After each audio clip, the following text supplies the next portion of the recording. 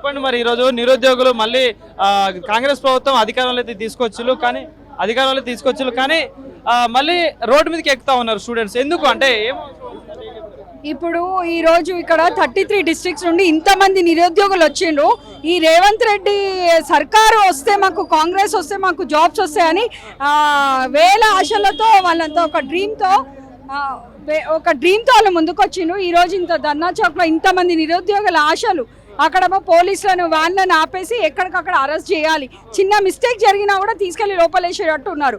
అసలు మీరు కరెక్ట్గా ఉంటే మేము ఫైట్ చేయాల్సిన అవసరం ఏముంది? మీరు నోటిఫికేషన్స్ ఇస్తే మేము ధర్నా చేయాల్సిన అవసరం ఏముంది?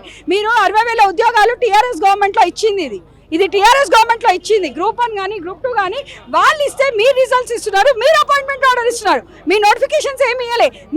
మీ హయాంలో నోటిఫికేషన్స్ చాలా తక్కువ. ఒకవేళ మీరు కరెక్ట్ అనుకుంటే ఈరోజు ధర్నా చౌక్లో ఇంతమంది విద్యార్థులు వేలలో ఉన్నారండి, వేలలో అందరూ బయటకు వచ్చిండ్రు. ప్రధానంగా చెప్పుకుంటున్నారు జాబ్ క్యాలెండర్ పేపర్ మీదనే ఉంది కదా, ఇంప్లిమెంటేషన్ ఎక్కడ లేదు, మొత్తం పేపర్ మీదనే.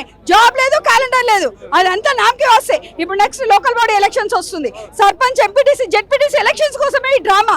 జస్ట్ జాబ్ క్యాలెండర్ అని ఒక పేరు మాత్రం రిలీజ్ చేసినాం, కానీ మాకు న్యాయం జరగదని తెలుసు కాబట్టి ఈరోజు ధర్నా చౌక్లో వచ్చినాం. కొంత ఓపిక పట్టండి, రాబోయే రోజులలో 30,000 పైగా నోటిఫికేషన్ రాబోతున్నాయని ప్రధానంగా చెప్తున్నారు కొంతమంది లీడర్లు. ఇప్పుడు డిసెంబర్ 9th కల్లా మేము 2 లక్షల ఉద్యోగాలు ఫిలప్ చేసామన్నారు. మీరు ఇంకా ఓపిక పట్టండి అంటే ఎన్ని రోజులు ఓపిక పడతాం? 14 సంవత్సరాల నుండి ఓపిక పట్టాము.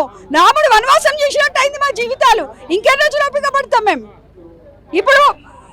ఇప్పుడు ఈరోజు ఇచ్చిన పర్మిషన్, బట్ ఎక్కడ పడితే అక్కడ పోలీసు వ్యాన్స్ అవైతే పెట్టిరు.